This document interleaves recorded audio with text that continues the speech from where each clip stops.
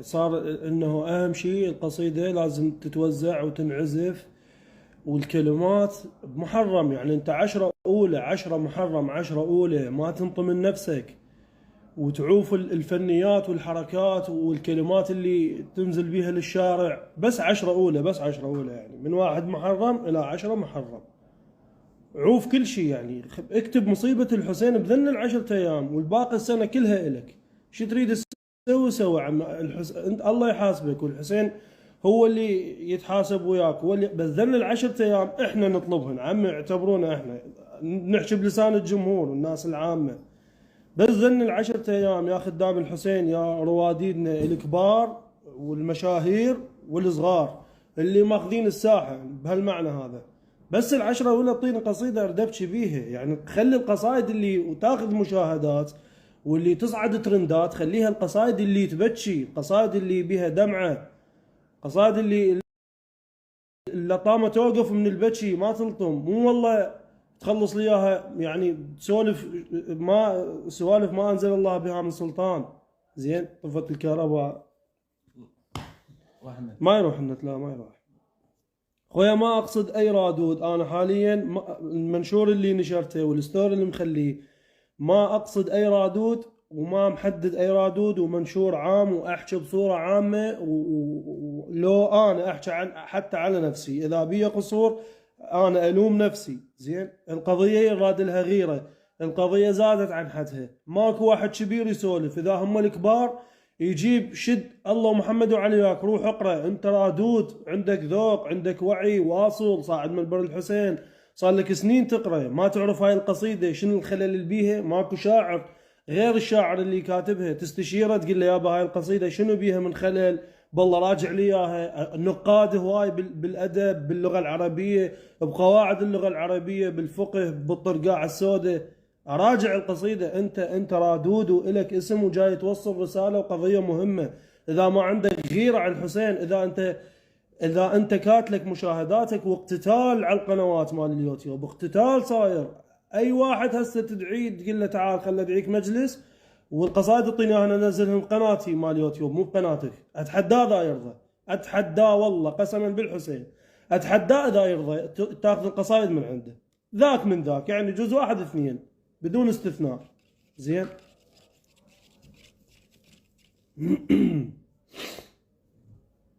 ارجع واكرر ما ما قاصد اي رادود بالمنشور السابق، اي رادود ما قاصده. انا احكي على الكل بصورة عامة. القضية يراد لها غيرة. اذا ما صار عندنا غيرة بعد يومين الامام المهدي سلام الله عليه من يطلع هم ينشمر عليه احجار، هم اتكتر. انا اقول شو العلاقة؟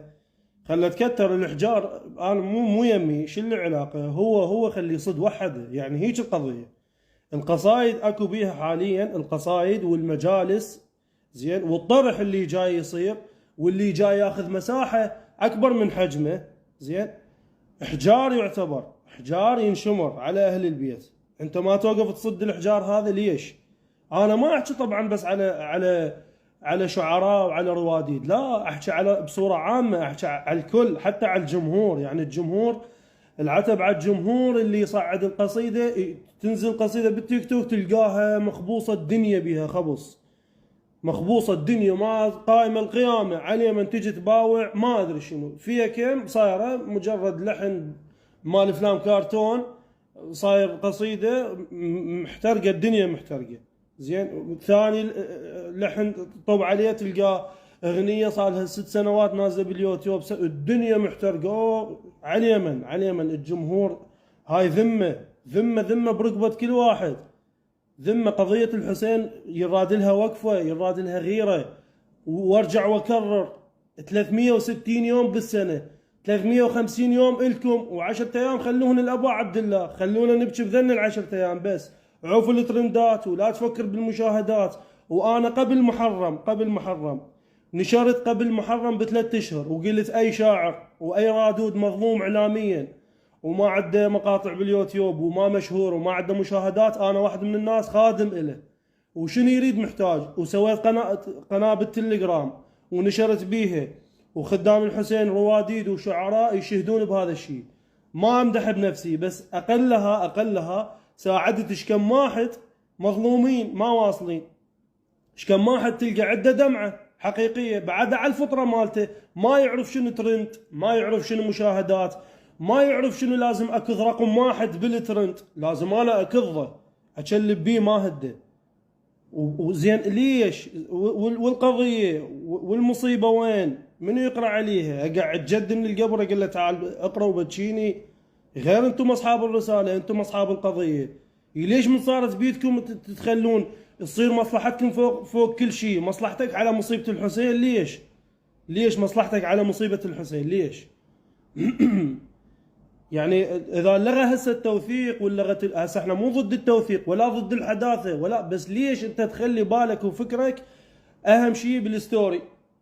ايش قد ينشر لي ستوري، ولازم ادخل على التيك توك اشوف صاعد ترند لو ما صاعد، وباليوتيوب لازم اكذ رقم واحد، ولازم قصيدتي بيوم واحد تاخذ لها فد 300 الف مشاهده. ليش يا اخي؟ انت اقرا قصيدتك، وبالمونتاج يشوف شغله، وبالصوت يشوف شغله، وبالقناه باليوتيوب هو ينزل، انت بعد ما لك علاقه. التوفيق يم الله واهل البيت يا اخي. الافضل تجيب فلوس وتمول وتذب، وتجيب فلوس وتمول وتذب، وتجي القصيده يعني ما بيها لزمه، ما بيها لزمه. زين المساله مساله غيره، فاللي عنده غيره، اللي عنده غيره خليه يوقف ويقول هذا هو كافي، كافي نطبل وكافي نصفق وكافي نسولف وكافي كلش كافي، يعني وصلت حد، يعني وصلت حد. زين انا من اسولف انا لين قريب بالوسط والقضيه تخصني، انا من اسولف محترق قلبي. زين وانا ما جاي اقصد رادود، جاي اشوف تعليقات تذكر اسماء وتذكر رواديد، الله شاهد علي، ما قاصد اي رادود ولا قاصد اي قصيده. انا احكي بصوره عامه على كل قصيده بها ملاحظات، وعلى كل قصيده مو يم القضيه الحسينيه، مو يم المصيبه يا اخي، مبين انت تريد بيها مشاهدات، مبين انت تريد بيها تحصل ترند حتى تجيك ارباح يوتيوب، مبين انت تريد بيها الطش تصير سالفه بالشارع. يا اخي دور تنافسوا بالافراح، بالغديريه، بالشعبانيه، بمولد الامام علي، بمولد الرسول، تنافسوا عادي، نزل روح دق وارقص، منو كاظك؟ بس مو ب10 محرم يا اخي ظلت بس هاي، بس 10 محرم ظلت لحقتونا عليها تدور ترندات ب10 محرم. هاي الاربعينيه جايتك هسه، تقدر بالاربعينيه تدفع لك قصيده قصيدتين من ذني اللي تنزلهن للشارع. زين بس كافي 10 محرم. انا واحد من الناس هسه، انا غير شاعر، غير من 2007 اكتب، احسب ايش كم سنه صار لي، 16 سنه، اذا مو 15 16 سنه انا بالكتابه. عوف الخدمه على صفحه، انا بالكتابه 15 سنه او 16 سنه. يعني السنه هاي السنه الوحيده انا احكي حتى عن نفسي ما بتشتني ولا قصيده، ب10 محرم ولا قصيده بتشتني، بعد ايش تردون؟ زين ليش الجمهور صار عنده القصيده اللي تطلع بالتيك توك، هذا البرنامج طبعا اذا لغى التيك توك، اذا انحذف طبعا راح تطيح هوايه اسماء راح تطيح، يعني تنتهي بانتهاء التيك توك، تنتهي هوايه رواديد طلعت لنا واسماء الله يوفقهم. هسه احنا ما نريد من عندهم شيء، بس مو هيك يا اخي. انت مو تجيني من تالي، مو صار لك سنه تقرا وتجيني تركب علم توني وتركب على راسي وتنظر فوقها براسي وتصير انت بالسالفه وانت بالقضيه. لا عمي، احنا اهل القضيه، احنا اللي عندنا غيره، واللي عنده غيره يسولف. اليوم اللي عنده غيره يسولف وما يجامل كائنا من يكون. انا احكي على نفسي، انا احكي حتى على نفسي، غلطنا وهواي غلطنا ورجعنا صلحنا غلطنا ونقول ان شاء الله ماشيين بالدرب العدل. بس اليوم الكلمة تأثر وانت محاسب عليها. اذا حكاية بيها نهي عن منكر وامر بمعروف وما تمشي بيها، فانت محاسب وذمتك مشكولة امام رب العالمين وامام اهل البيت وامام صاحب الزمان. واذا ما تثبت انت نفسك هسه وشجاعتك هسه بهيج مواقف، قضية الحسين هي قضية يعني ازلية، اذا ما تثبت روحك بيها فانت شوف لك شارع، شوف لك حل. خطيب او شاعر او رادود او خادم بدون استثناء تشوف عنده خطأ قل له انت غلطان يا اخي، ليش؟ واذا معمم واذا اسم واذا واصل واذا عنده حمايه، شنو راح ياخذ راسك راح يقصه؟ خلي يقص راسك فدوى الابا عبد الله. المهم انت دافعت عن ظلم، دافعت بكلمه حق، زين.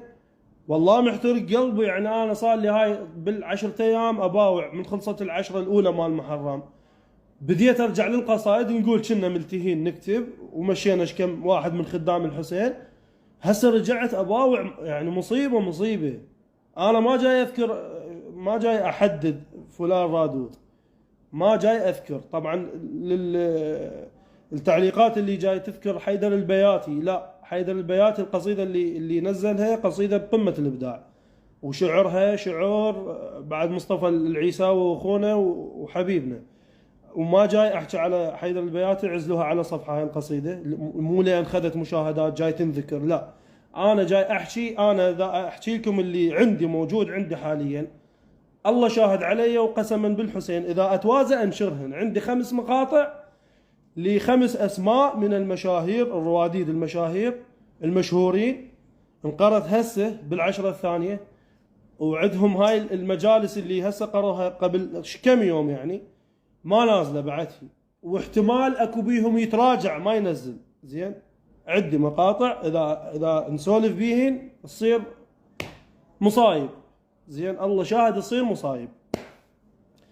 ما لحقت اقرا التعليقات لان حكي بقلبي هواي، كلش هواي، ومحترق قلبي، وواصله حدها كلش، واصله حدها هواي. دخلولي وسالولي السنه ليش ما كاتب لفلان، السنه ليش ما كاتب لفلان، عوف فلان وفلان. السنه انا قللت يعني بالكتابه، قللت، قلت شويه خل اخذ استراحه، واحد هم يريد يجر نفس شويه، وهم يباوع للساحه. يا اخي نريد نشوف، يعني انت من تكون خارج الملعب فرق من انت داخل الملعب. من تحكي انت خارج الملعب تباوع تشوف اشياء انت ما منتبه لها، اذا انت بداخل الملعب ما تنتبه لهاي الشغلات. فهسه سحبنا نفسنا شويه. الله شاهد محترق قلبه، يعني مشعوط قلبه، مشعوط يعني من اللي جاي اشوفه، يعني مصيبه مصيبه. زين، مبينه انت القصيده ذيك هي، يعني والله وبالله قسما بالله شفت قبل ساعات شفت مقطع الواحد من الرواديد، والله هو يقرأ بالقصيدة، هي بعد ما نازلة، يقرأ بيها وهو مستحي من كلامها. الله شاهد عليه، هو انا اعرفه، هو مستحي من كلامها. شلون جاي يقرأ؟ زين، عجيب. انت هاي شلون قريتها على الناس؟ شلون راح تنزله باليوتيوب؟ يعني انت بس مجرد تاخذ مشاهدات، ما تشوف الله فوقك، اهل البيت فوقك، غيرتك شلون تسمح لك؟ كافي المشاهدات تجي. والله يا ما قصايد ما حاسبين حساب إلها، وخدام الحسين الروادد اللي قارينها يدرون بيها شلون ما كنا نرتب لهن، ما نحسب لهن حساب، وتاخذ مشاهدات وتروح. شنو المشاهدات يا اخي؟ مو فد شيء يعني. شنو القصيده انا انزلها بموبايلي واظل اسمع بها، بعد ما له علاقه بمشاهداتها ايش قد وصلت، غير هيك القضيه لو لا. والله انا ادخل باليوتيوب اشوف هذا ايش قد وصل، اركض الذاك هذا اعلى منه، اركض الذاك هاي قصيدته اعلى، شوف تعليقات هذا 5000 ذاك تعليقاته 1000، لا خله عوفه خله علق هنا. يا اخي كافي. هاي قضيه الحسين، مو قضيه حفل تخرج ولا قضيه مهرجان وجداني، ولا هاي قضيه مصيبه. معودين مصيبه جاي يسولفون على مصيبه، مو مال لعب، مو مال ترقص على جراح الحسين. ما يصير، لا انا ولا اكبر مني ولا عشيرتي ولا عشيره عشيرتي تقدر تتلاعب وتتدخل وتحكي برايها وبمزاجها بقضيه الحسين. ما يصير. خلوا عندنا غيره شويه. ايش بيه؟ لا ماشي عندي، ما اعرف. خويا بالنسبه للتعليقات اللي تقول ما جاي افتهم وتقصد من جاي اقصد، جاي احكي بصوره عامه، خاف ما لحقتوا على كلامي بالبدايه. جاي اقصد بصوره عامه، كل القصائد اللي نزلت اللي بيها غلط لا تجاملونها، قلوا له انت غلطان. ما نقدر ننشر يا اخي، انا بالنسبه لي انا ما اقدر انشر، ما اقدر. انا الناس هم خدام الحسين يعرفوني وشاعر، ومن ننشر تصير طلايب وحزازيات ومشاكل ما انزل الله بها من سلطان. ومو كل الحكي يسولف يا اخوان، مو كل الحكي يسولف.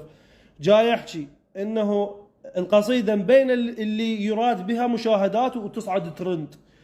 هذا القصد. هسه خلي تصعد بس يا اخي العشرة الاولى 10 محرم، اريد قصيدة قصيدتين 3 4 تبتشيني. عمي اقروا نعي، والله رجعوا اقروا بس نعي، انعى وثيمان لا، بتش الوادم بالنعي وثيمان لا. عوف النزالات وعوف الحركات والفيكات والممول وتدفعون دولارات. هذا كانت لها الجوع، وواحد يدفع لي 5 اوراق على قصيدة واحدة والله حتى يمولها. ليش؟ نشوف التعليقات. والله بالنسبة لي قسما بالحسين هذا عهد علي من اليوم احكي، واللي يريد يصير ضدي خليه يصير ضدي. انا وياي ابو عبد الله وياي بالفضل العباس، اللي يصير ضدي الف هلا بي، واللي يصير وياي هم الف هلا بي. انا بعد مجاملة ما اجامل على نفسي، انا نفسي ما اجاملها. من تغلط اقولها غلطتي، وانشر لكم على العام واكتب لكم سيد محمد الموسوي كتب غلط وحكى غلط، ونشر لكم شاهد الله بيناتنا. زين، مجاملة انتهت، بعد ماكو، كافي مجاملات، كافي فلان اسم وفلان مدري شنو وفلان. ماكو اسم واسم الحسين، ما كلها خدام. انت جاي تقول انا خادم، شنو اسم؟ جمهورك وحماياتك وغيره وغيره وغيره. هاي الك مو انه، هاي مو بينك وبين الحسين، هاي بينك وبين روحك، هاي الك. يجوز بعد يومين تروح منك تطير، الحسين باقي ثابت.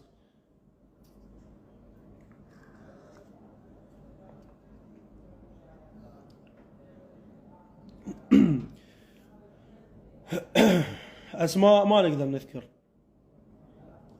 تصير فتنة، والفتنة اشد من القتل. احنا هذا جاي نسولفه تنبيه نيابة عن نفسي وللباقين خدام الحسين، من شاعر ورادود وخادم وملحن وممنتج وكل شيء، شك واحد يخدم الحسين. تنبيه هسه، عسى ولعله خذ الحكمة من افواه المجانين، اعتبرونا مجانين نسولف عليكم.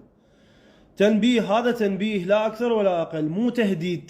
تنبيه تذكير وذكر، ما ادري شلون الايه يعني، عسى ولعله تنفع التذكير ينفع بيهم. احنا جاي نذكر ننبه يا اخي، كافي والله كافي. كلكم اخذتوا مشاهدات وما شاء عمي مشاهير واسماء، ونقوم لكم بالصلوات، بس بتشونا على الحسين، بتشونا كافي. انا بالنسبه لي بعد انا ما اكتب. هسه انا يجوز شاعر واكتب القصيده قبل محرم، احضر ابكي بالقصايد اللي اكتبها، ابكي بيها. يجوز يعني شويه اخذ مرادي من الدمعه والحزن ولا شويه، يعني قلبي اريحه شويه. زين، اكو ناس تريد تبكي يا اخي، اكو ناس محرومه من المصيبه من الدمعه، والثاني 10 محرم من سنه لسنه تريد تبكي، لان هذا الموسم، هاي ال10 ايام هي بيها الواهس وبيها الحركه وبيها الحرقه، زين، وبيها الاجواء. فانت طلع لك قصيده قصيدتين خليها تاخذ مشاهدات، بس هي تبكي، خليها توصل تصير ترند واحد. تستاهل تصير واحد وتكظ الترند وتاخذ مشاهدات بكل البرامج. ليش؟ لان الجمهور قاعد بالقاع من البواكي، قاعد يبكي على مصيبه جاي يسولفها، على شعر بروايه بقصه بغربه بمصاب بهضم. مو طلع لي بطولات مسلسلات افلام كرتون ومسلسلات تركيه وكافي يعني. ذني الحان طلعهن بالفرحيات عادي، وحسابك انت وربك اذا كانت نيتك غير شيء يعني. بس ال10 الاولى احنا طالبينها من عندكم طلب يا خدام الحسين، خلوها للخدمه بس للمصيبه.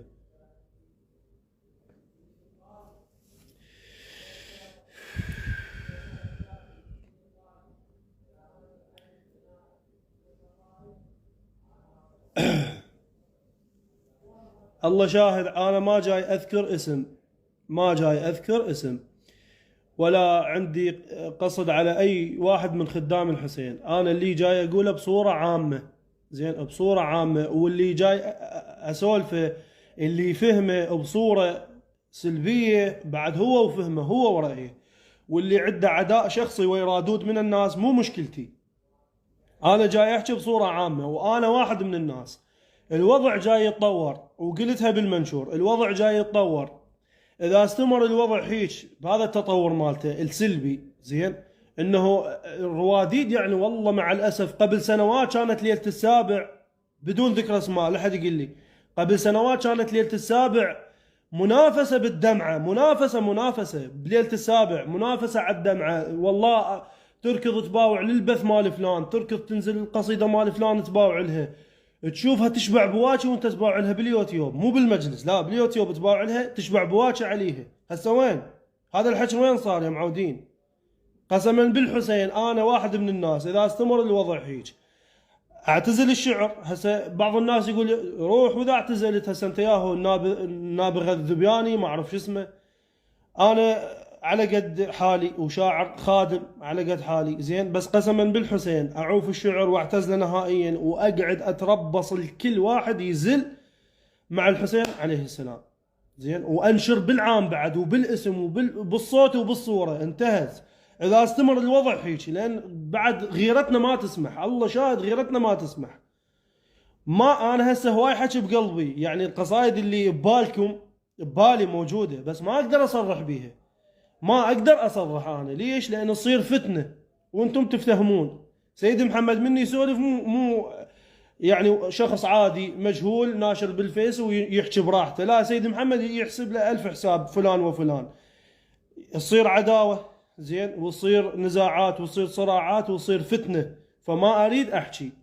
يعني ان شاء الله ما انجبر احكي بالاسم واذكر هذا النص وهذا البيت وهذا البيت والاساءات اللي صارت والتشفص. طبعا اكو شعراء اخواني يعني شعراء يخصوني زين مشفصين هواي مع الاسف. انا الي تواصل بالخاص الي، مو ما الي وياهم، بس المشكله اللي ما تاخذه غيرته هو من قاعه من اصله ما عنده غيره، هذا النقاش عقيم وياه للاسف يعني. وانا قلت لكم مساله غيره، اللي بيغيره يفزع، اللي بيغيره يفزع زين، لان هاي القضيه قضيه يعني مو بيد واحد، قضيه تخص رب العالمين، تخص اهل البيت، قضيه ملكوتيه، قضيه ازليه، قضيه مذهب وعقيده ودين وكل الجوانب زين. حرامات واحد يشيل يده عنها. بعد يومين قلت لك صاحب الزمان من يطلع توقف وياه لا ما توقف وياه، ذا شمروا عليه حجار.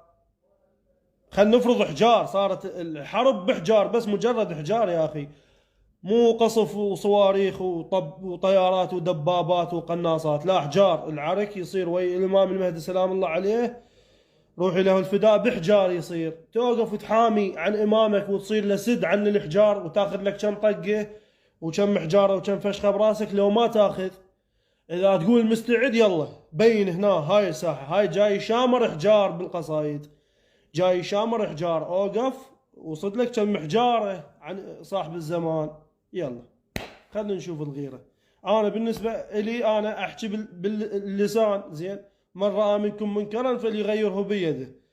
احنا نحاول بيدنا، فان لم يستطع فبلسانه، فان لم يستطع فبقلبه، فذلك اضعف الايمان.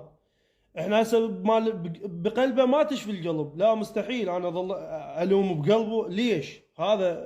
هذا برنامج واسوي بث مباشر او انشر لي منشور واسولف اللي بقلبي. هاي ابسط الاشياء يعني زين، اضعف الايمان على قولتهم. انا بالنسبه لي لا اقدر اغيرهن بيد اغيرهن، شاهد الله لو على قصها.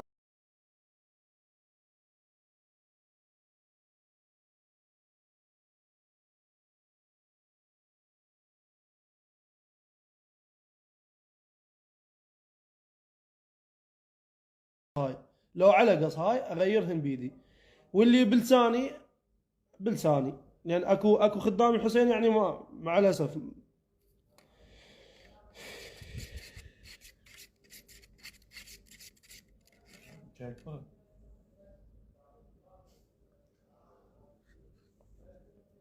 يعني تقول قل لنا حتى ندافع ونصد حجار، يعني انت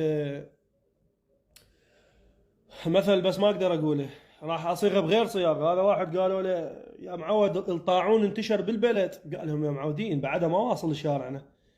يا معود الطاعون وصل للمحافظات القريبه عليه، قال لهم يا معودين بعده بعيد ما يوصلنا. شلون سالفه كورونا؟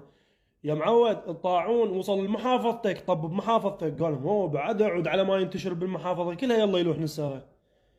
قالوا لي يا معود الطاعون طب بمنطقتك بالناحيه اللي انت بيها بالقضاء اللي انت بيه، بالمنطقه اللي انت بيها، بالحي اللي انت ساكن بيه. قالوا ما بعده ما واصل للشارع. قالوا له يا معود الطاعون وصل طب شارعكم. قال لهم لا والله بعده ما واصل لبيتي.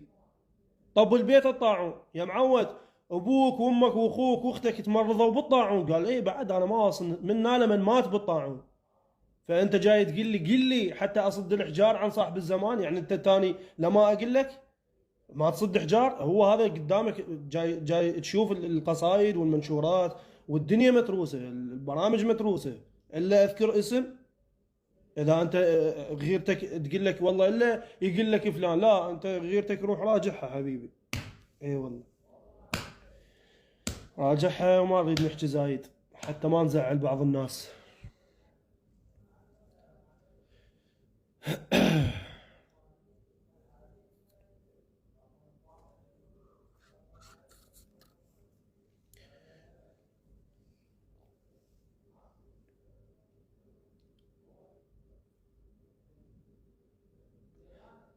سيد انت مبدع بس عليك والله العظيم، والله العظيم، والله العظيم راضي بكل شخص من المتابعين، من الجمهور، من الناس العامة الغربة، يجي ويقول لي سيد محمد هذا الخلل بيك، وهاي القصيدة اللي عندك غلط، وهاي المفردة ما تصير زين.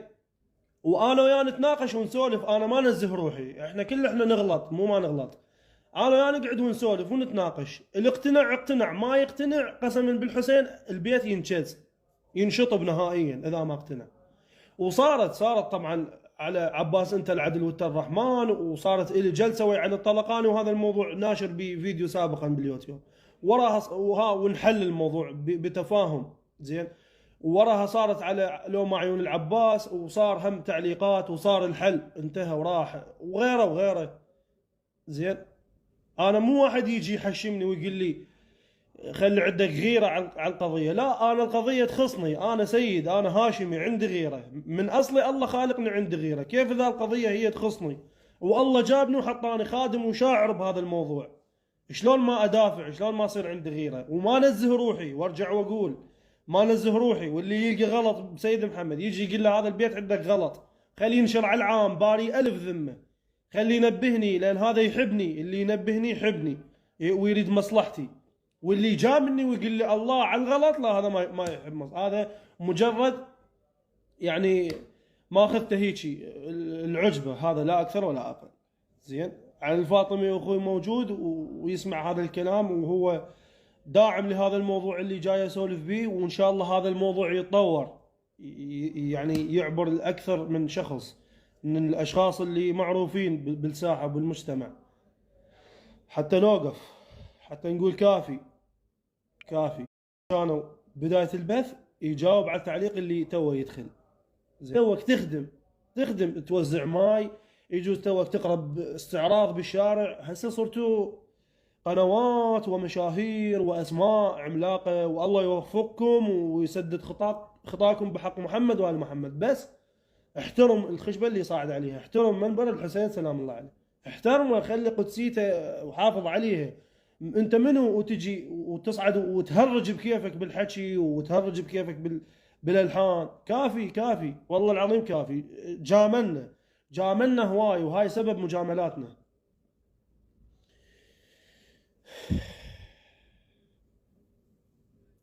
والله ما اذكر حرف من الرواديد، وما قاصد اي رادود، ولا قاصد اي قصيده، ولا قاصد اي شاعر. انا بهذا البث ما قاصد اي واحد زين. انا عندي اشياء خاصه بقلبي، يعني مقاطع موجوده عندي وكلام مصني، وعنده ملاحظات على قصايد، هذا شيء خاص بي. بس انا جاي اقول لكم انتم جاي تشوفون الغلط حاربوه اوقفوا ضده. كافي يا اخي كافي. تدخل القصيده تلقاها 100,000 تعليق كله الصوت المدري شنو، انت لو ما انت تدرس بالتربيه، تدرس بالمدارس، انت كافي كافي مجاملات. هذا هو زين. وقلت قسما بالحسين ورا هاي الفترة، يعني ورا الأربعينية، راح هسه هاي أربعينية وأيام خدمة ما راح نسوي ضجة، بس قسما بالحسين ورا الأربعينية إذا استمر الوضع هيك، قسما بالحسين بالاسم والصوت والصورة أنشر المقطع وأحكي بطلاقة كاملة، يعني ما حد يوقفني زين. اللي حرية التعبير وحرية الرأي. واتقبل طبعا على قصائدي اللي قارينها خدام الحسين، اي نقد على اي قصيدة انا اتقبله، وحاضر حاضر كل واحد يجي يناقشني، وكل واحد يجي يقول لي انت غلطان وعندك هذا غلط. انا خادم. اي اعصابه محترقة لان غيرته ما تسمح لي، بعد قالت هذا حدي، كافي مجاملات. انت روح حاكي الرادود والشاعر، لا يعني تريدني بس انا دافع؟ انت ما تريد تدافع؟ انا مو ذكرت قلت لك امامك اذا صارت من يطلع سلام الله عليه المهدي عجل الله تعالى فرجه، من يطلع قلت لك افرض تروح انت تجي هذا العقل اللي خليته بهذا الكيان وهاي الشخصيه تروح تعطله على اي اساس؟ مطيك امانه تعطلها انا؟ لو تشغلها، شغل عقلك، عندك وعي وعندك ثقافه. هسه ما دارس مو مهم، بس انت جاي تعرف. ماكو واحد هسه واعي وبالغ بالعمر ما يعرف الخطأ من الصح. ومن كثرة القصائد واليوم الإعلام صار أوسع، فأنت جاي تعرف وتميز. تميز هاي لحن أغنية، هاي الكلام مو لائق، هاي المفردة شنو، هاي ناقش يا أخي، ناقش كافي. أنت مو تمثال، أنت مو مسير. الله خالقك مخير، أنت ليس مسير، مو آلة. أنت مو آلة، أنت الله مطيك عقل وقال لك روح أنت خلي عندك طريقين، ونفس وما سواها فألهمها فجورها وتقواها. منو؟ الله رب العالمين هو يقول قد أفلح من زكاها وقد خاب من دساها. هي النفس الله مخلي بيها طريقين، طريق شر وطريق خير، فأنت تعرف الزين والمو زين. يا أخي ناقش، سولف. على قولة هذا يقول سافر، أنت مو شجرة، سافر يعني اطلع على العالم، روح ابحث، روح شو تسوي. أنت مو شجرة تخلص كل عمرك واقف بمكانك نابت. فأنت هم تمثال، تحرك، ناقش، سولف. قضية الإمام الحسين أهم قضية بالوجود، أهم قضية بالوجود. عوفك من الحياة الاجتماعية وتكوينها وحيثياتها وكيفياتها والوصول إلى القمر والمريخ وذني. عوف، هذا مجال ثاني، مجال علم وتطور بالعلم لا أكثر. القضية الوجودية، وجودك، علة الوجود شني؟ والله ما خلقت سماء مبنية ولا أرضا مدحية ولا فلكا يجري ولا بحرا ولا فلكا يدور ولا بحرا يجري إلا لهؤلاء أهل البيت عليهم السلام. كل شيء موجود ومخلوق على موتهم. العلم اللي نسولف بيه والناس وصلت للقمر وصعدت للمريخ والصين سوت هيش، وهو هذا كله مخلوق لأهل البيت.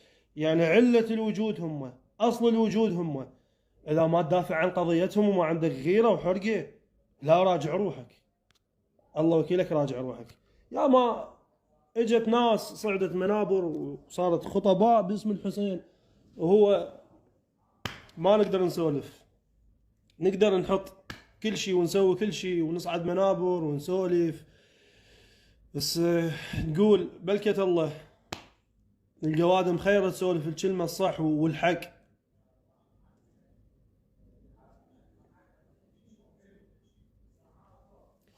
خاف اكو تعليقات يعني جاي اقراها. الله شاهد بهذا البث وبالمنشور اللي قبله وبكل منشور يصير وبكل بث يصير، بالنسبة لي يعني اذا ادور سالفة انه هذا المقطع ينشر وهذا المقطع وهذا الموضوع يصير سالفة بحلوق الناس، الله شاهد علي وبينه وما بين رب العالمين هو يحاسبني، زين، وما يعلم بالصدور الا الله. الله شاهد علي، اللي اريده واللي جاي اسولفه مجرد مسألة غيرة، اريد الغيرة تتحرك لا اكثر ولا اقل.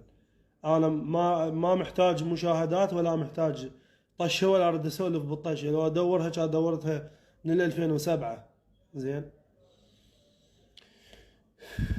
بس حرقة القلب يا اخي، الغيرة مشكلة. الغيرة اذا صعدت بعد ما يسيطر عليها. دخيل الحسين سلام الله عليه.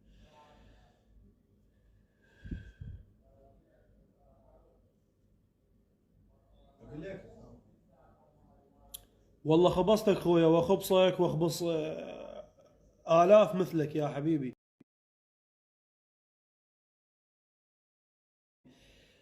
إذا حضرتك منزعج اطلع، لا تظل بالبث. إذا موضوعنا يغثك فاطلع. المسألة بها غيرة، إذا الغيرة تغثك فغادر البث أفضل لك يعني.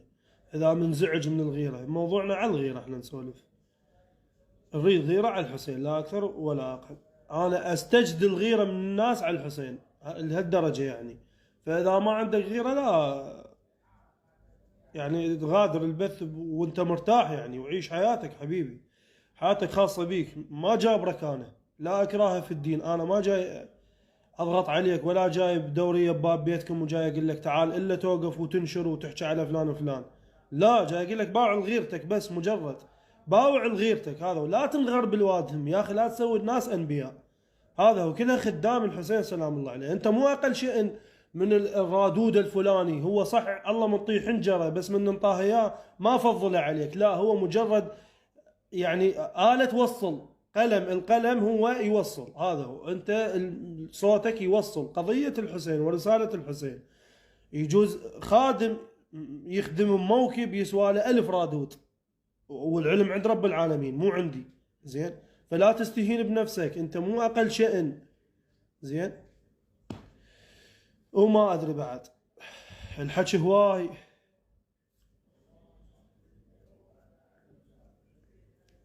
الحكي هواي كلش وما يخلص. المسألة مسألة غيرة، لا أكثر ولا أقل، مسألة غيرة.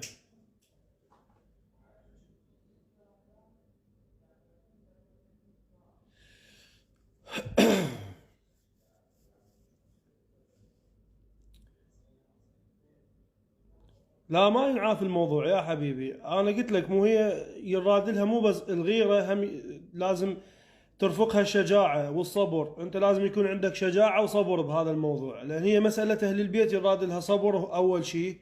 زين، غيرة وصبر وشجاعة حتى تستمر. زين، حتى توقف تحارب، توقف تدافع، توقف تصد. اليوم كلها تهجم، ماكو واحد يدافع، فالساحة تريد فرسان، تريد خيالة. زين، خلونا نوقف ندافع خلاص. انا بالنسبه لي اتجرد، انا اعتبروني هسه مو شاعر جاي اسولف وياكم، حالي حال اي واحد بيكم، حالي حال اصغر واحد بيكم.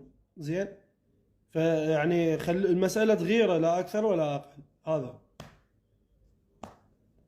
القصائد اللي مو يم قضيه الحسين ومو يم مصيبه الحسين نوقف ضدها. انا بالنسبه لي اسولف عن نفسي، احارب بيدي وبلساني، هاي مال بقلبك وذلك اضعف الايمان ما اسويها، انا بيدي وبلساني احكي عن نفسي. وانتم اللي يقدر جزاه الله خير بتعليق بحسابك باليوتيوب، بقناتك بالتيك توك، بالفيس، من تلقى شيء احكي على شيء مو يم مصيبة الحسين وهو ماخذ مساحة اكبر من حجمه.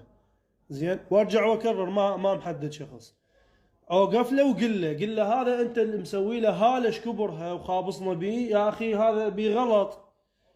هذا شويه يمس قضيه الحسين، هذا الكلام ما مقبول. زين، هذا الشغل ما مقبول. زين، هاي القصيده بيها موسيقى زايده، هاي القصيده بيها هيك القصيده، وخصوصا بعشرة محرم، 10 محرم، يعني كارثه. انت بذيك السنوات كانت ليلة السابع، ليلة علي الأكبر سلام الله عليه، يعني تانيها نشبع بواجي، نشبع بواجي. أنا أحكي عن نفسي هسه ماكو يعني، يجوز بيني وبين نفسي بكيت، ويجوز أقل واحد بيكم من يقعد بالبيت يسمع القصيدة بينه وبين نفسه يبكي، بس إحنا نريد القصائد اللي ماخذة الساحة واللي ماخذة المشاهدات والترندات، قصائد تبكي، قصائد مصيبة. هسه احنا ما نلغي القصائد الشجاعية والحماسية والفزاعية وغيرها والقصائد الحداثة، لا بس ثبت لي المصيبة أول شيء، ثبت المصيبة بقصيدة من القصائد، وكل رادود محاسب، وكل شاعر وكل خادم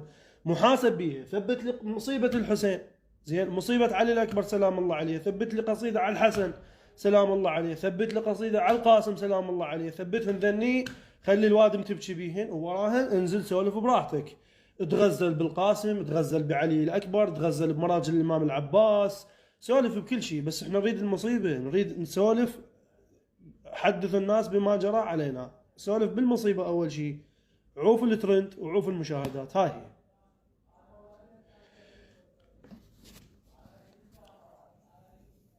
سولفت هواي أنا أدري وتعبتكم كلش أدري، بس والله القلب محترق، شو نسوي.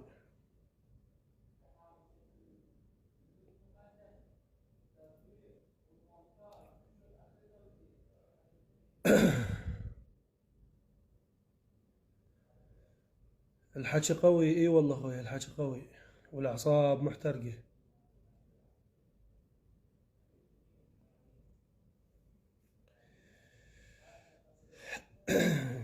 يعني رجاء بدون ذكر اسماء، مشكولة ذمته اللي يذكر اسم، مشكولة ذمته، ما ابريد ذمه اللي يذكر اسم، ما جاي اذكر اسم، فانت ليش تذكر اسم؟ انا ما جاي اذكر اسم، احكي بصورة عامة عن قضية الحسين.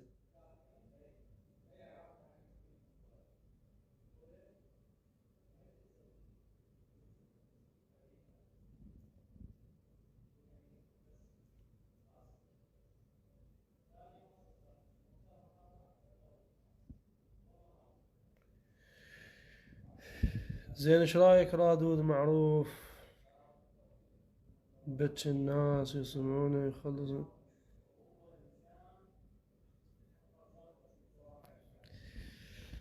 والله اخويا ما ادري احنا ليش نحتاج جمعية فقهية ونحتاج القصيدة تنعرض. يعني انا اشوف انه الغيرة اللي الله مخليها بداخل الانسان، هاي الغيرة اللي الله مخليها من خلقك من عالم الذر، زرع بيك غيرة.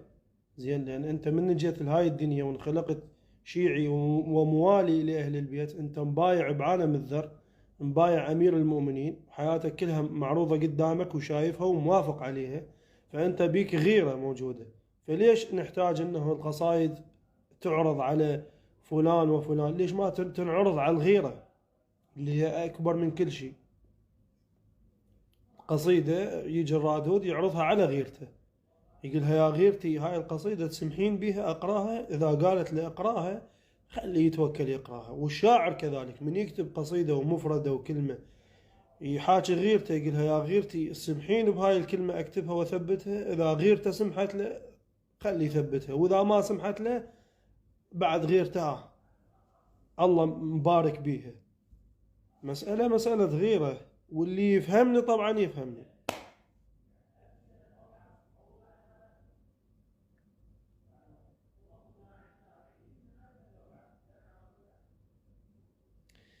ملا زيد الجياشي حبيبي، اليوم سمعت مستهل هلا بنجل ام البنين، بس اريد اعرف ما الفرق بين الابن والنجل، وهل العباس نجل الامام علي ام نجل ام البنين عليهم صلوات الله؟ والله ملا تحياتي لك ملا زيد حبيبي، رفيق الدرب والعمر والخدمة، الف هلا بيك حبيبي ملا زيد الجياشي. ملا ما ادري انا هسه يجوز هاي هينه، هسه لا اسولف لك اللي عندي، هسه اخلص البث واجي اسولف وياك على الخاص، لان هينات المشكله من المنه وبينا، هي هنا القاعة السوداء. الله كريم، الله كريم.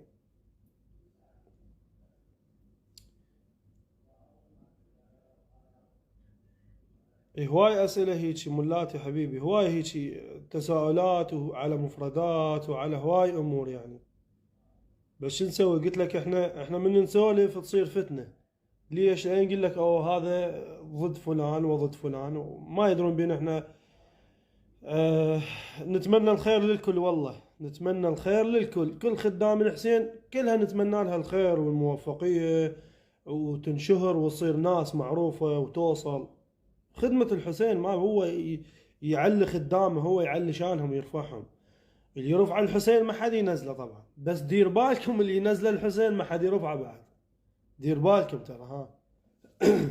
وانا قلت من احكي النفسي وبعدين احكي للناس، لان انا مو نبي وانصح ولا اكبر منهم وانصح، كلها خدام الحسين كلها كبار وكلها تفتهم وكلها عندها وعي وذوق وثقافة زين وادراك وحكمة وعقيدة وايمان بقضية الحسين. مو سيد محمد يجي يعلمهم ويسولف عليهم ذني، وعيب اسولف ذني اصلا، عيب وصلنا لهيك مرحلة. يعني انا اجي اسوي بث محترق قلبي، ليش؟ الجو اللي جاي يشوفه ما انزل الله بها من سلطان. يعني قصايد، يعني انت من تجي تاخذ القصيده يا اخوي يا خادم الحسين، من تجي تاخذ القصيده هذا عقلك ايش قال لك؟ قلبك ايش قال لك؟ ذوقك ايش قال لك؟ من راجعت بيها القصيده، من قريتها وانت تراجع بيها، ايش قلت لروحك من قريتها؟ مو احكي بصوره عامه عن كل قصيده بيها اساءه، وكل قصيده يعني ما إلها صلة بالمصيبة. زين خويا مبر ألف ذمة، تاج راسي مبر ألف ذمة، احكي وش تريد تقول قول، وش تريد تنشر انشر، وهاي قصائد باليوتيوب معروضة، وإذا تريد أنطيك أسمائهن وحدة وحدة، اللي واصلات واللي ما واصلات على قولتهم، وروح احكي وطلع بيهن وانشر على العام. بذمتك إذا تلقى غلط على سيد محمد أو على غيره ما تقول له هذا غلط، بذمتك إلى يوم الدين أي واحد بالبث يسمع أو بغير البث وين ما يشوفنا، بذمته إلى يوم الدين اللي يشوف غلط وما يقول هذا غلط، بذمته إلى يوم الدين.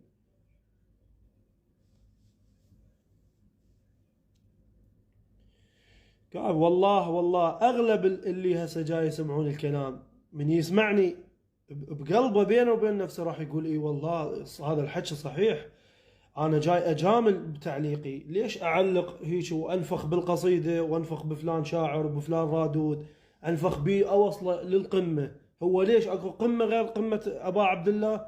ليش ما اخليه هو خادم؟ اقول له احسن جزاك الله خير، النفخ على اليمن، على اليمن النفخ، مسوي انجاز انت، هو اكو انجاز يم قضيه الحسين يم ابا عبد الله، هو انت لو تخلص لو عمر نوح ينعاد عليك 1000 مرة وتدق وتلطم ما توفي هيك ذرة زين من تضحيات ابا عبد الله، وتجي وتسوي وتنفخ بي واحسنت وانت المبكي وانت الباكي وانت على اليمن يا اخي، على اليمن، على اليمن.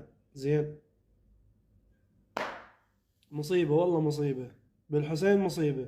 احنا هذا الحكي المفروض من زمان نسولف فيه بس ما نريد نزعل، عود نقول عسى ولعله يكظ الجاده ويكظ السكه الصحيحه ويكظ الطريق الصحيح. هسه كافي صرت الك اسمك وصرت وقصادك وصلت انت يا فلان ويا فلان ويا فلان وصرتوا مشاهير، كافي وحصلتوا ما حصلتوا ونلتوا ما نلتوا والحمد لله والشكر عرفتكم العالم، كافي ارجع لمصيبه الحسين، كافي.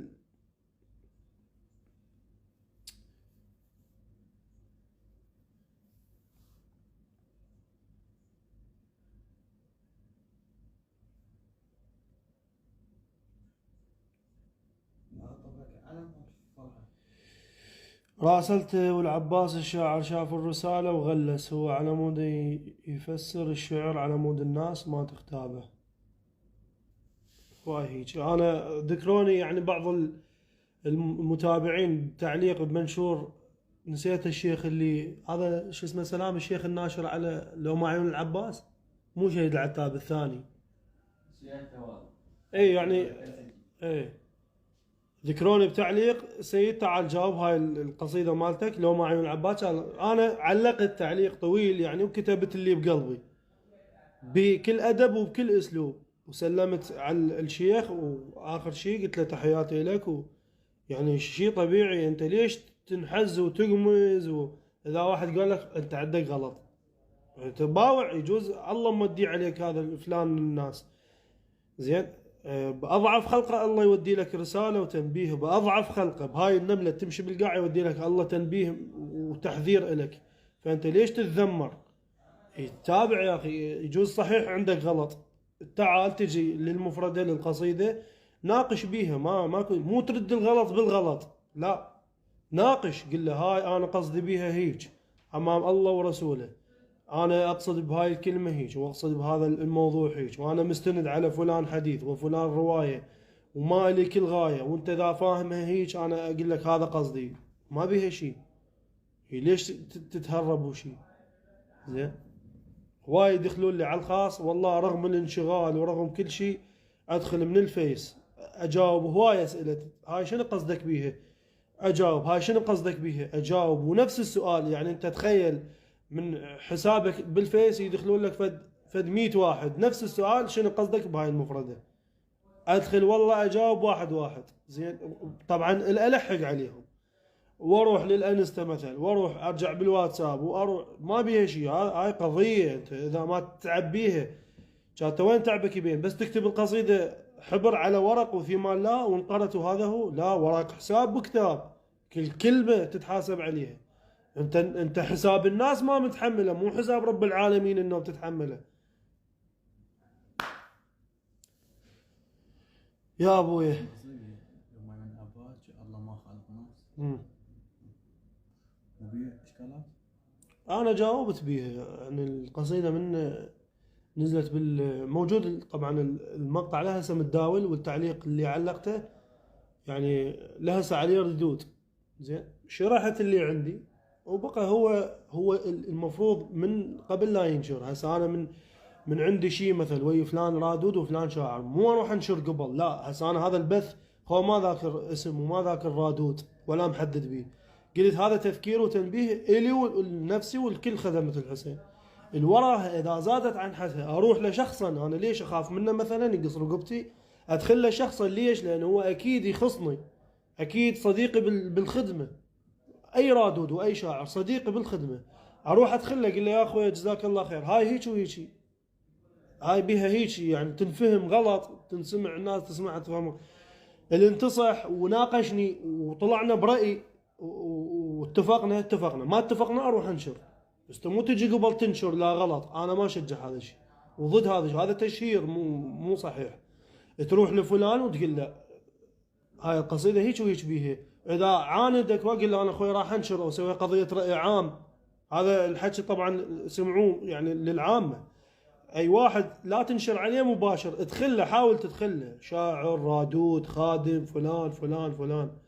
حتى بحياتك العاديه من تشوف شيء، حتى عوف مو بس بالقضيه الحسينيه، بكل قضيه مو تشهر بالناس مباشر، لا روح ادخل له اللي طلعت وياه براي واتفقتوا على راي انت وياه خير على خير، ما اتفقتوا على راي قل له اخوي انا اريد انشر، بالنسبه لي هذا الموضوع مساله ما تقبلها انا، هذا اللي جاي يسوي غلط انت، وجاي نصحك ما تنتصح ولا تقبل تطارح وياه وتاخذ راي من عندي وتسمع من عندي. فانا راح انشر واخليه قضيه راي عام واشوف ردود الناس حتى قلبي يبرد، في مال لا في مال لا، بالقضيه الحسينيه وبالحياه الاجتماعيه بصوره عامه. سموه هواي من الساعة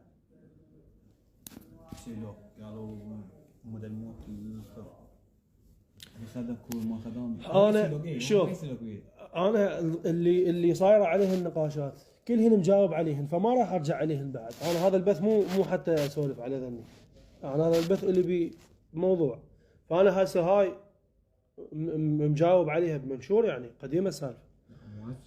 لا هذا ما لي غرض، هسه خلي اللي يعلق خليه يعلق. انا هسه البث هذا موضوعه انه الغلط نقول له غلط، هذا زين.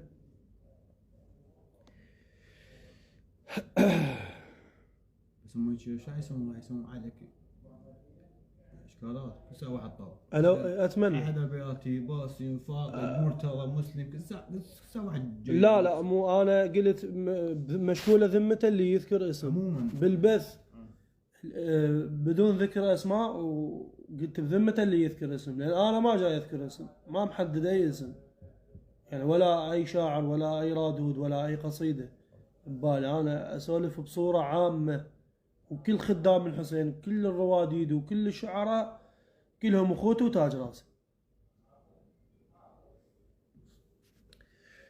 هسه ايش خلينا نقرا لنا كم تعليق. ليش ما تكتب مرتضى حرب؟ لا ليش كتبت له ان شاء الله وحده راح تنزل والطريق بعد قدامنا ان شاء الله بالاربعينية هم وحده.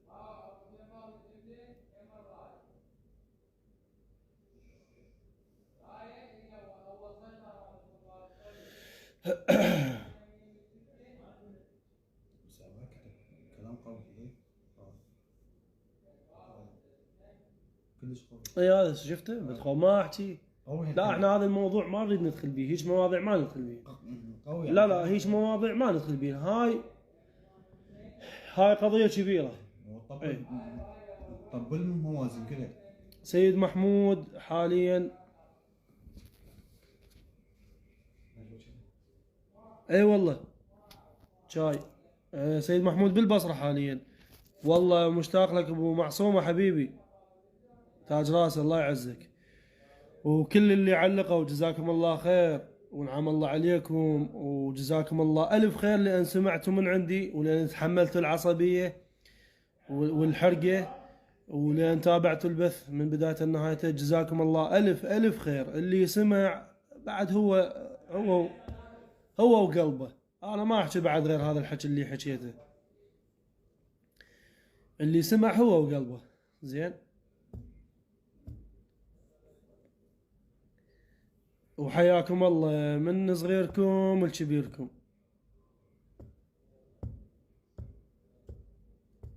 التوفيق للجميع ان شاء الله، الله يوفق الجميع ان شاء الله، الله يوفق شكو واحد موجود ويانا بالبث بكل مهنة يمتهنها ويخدم بها ابا عبد الله، الله يوفق ان شاء الله. وهاي ايام زيارة جايتنا وايام خدمة، الله يعلي شان الخدام كلها. ابو سعود حبيبي، راح تروح تصور؟ عندنا تصوير بين الحرمين حاليا، يعني البس دشداشتي وشفيتي بس ما مزين ولا مرتب ولا شيء. صدق احنا قلنا خدمه بعد على من الزيان ويت. خويا هسه بس دقائق وساد البث وبس اكو الدشداشه لازم. يلا ثانيين معلقه وقطيعه ورا السيطره مال بابا. يلا ما عندي شيء، نروح هم نزور وهم نصور ونجي. يلا بس التصوير بين الحرمين، بين الحرمين ازدحام. هو كان خليه بشارع القبله احسن. باب القبله على قولة ايه باب القبله على قولة اللبناني. يلا ايه جايك. بالنسبه للطلاب والله الله ينجحكم واحد واحد ان شاء الله. صار البث شو اسمه؟ البث مال دعوات، بث مال ادعيه. الله يوفقكم ان شاء الله، لان احنا مو كل احنا كنا طلاب وضقناها، الله وكيلك بالجامعه قلونا تقل يعني شفنا الضيم، فندعو للطلاب الله يوفقهم ان شاء الله وينجحهم. يدعوا لي يصير عندي طفل. سلام اخونا ممنتج ومونتير وانت حتى مخرج. زين ها؟ انت بالطوبه. سلام ابو سعد ادعوا لي، محمد الربيعي ادعوا لي، صاحبنا احمد برو ادعوا لهم بالذريه الصالحه. حتى عنده ولد ميت ما يخالف، خليه يجي بعد. تكتب الملا مسلم، ليش ما اكتب له خويا؟ كل خدام الحسين اكتب لهم، كل خدام الحسين اكتب، كل خادم يخدم الحسين اكتب له. يا الله راح اترخص من عندكم ونسلم عليكم وتعبناكم هواي، واسفين للتعليقات اللي ما لحقنا نشوفها وما لحقنا نقراها ونرد عليها، وراح ازور نيابة عن الجميع وادعي لكم الله يحقق كل شيء ببالكم وكل شيء بقلبكم. تحياتي لكم وعذرونا مرة ثانية، خاف ازعجناكم بالسوالف، وبرونا الذمة وجزاكم الله الف خير.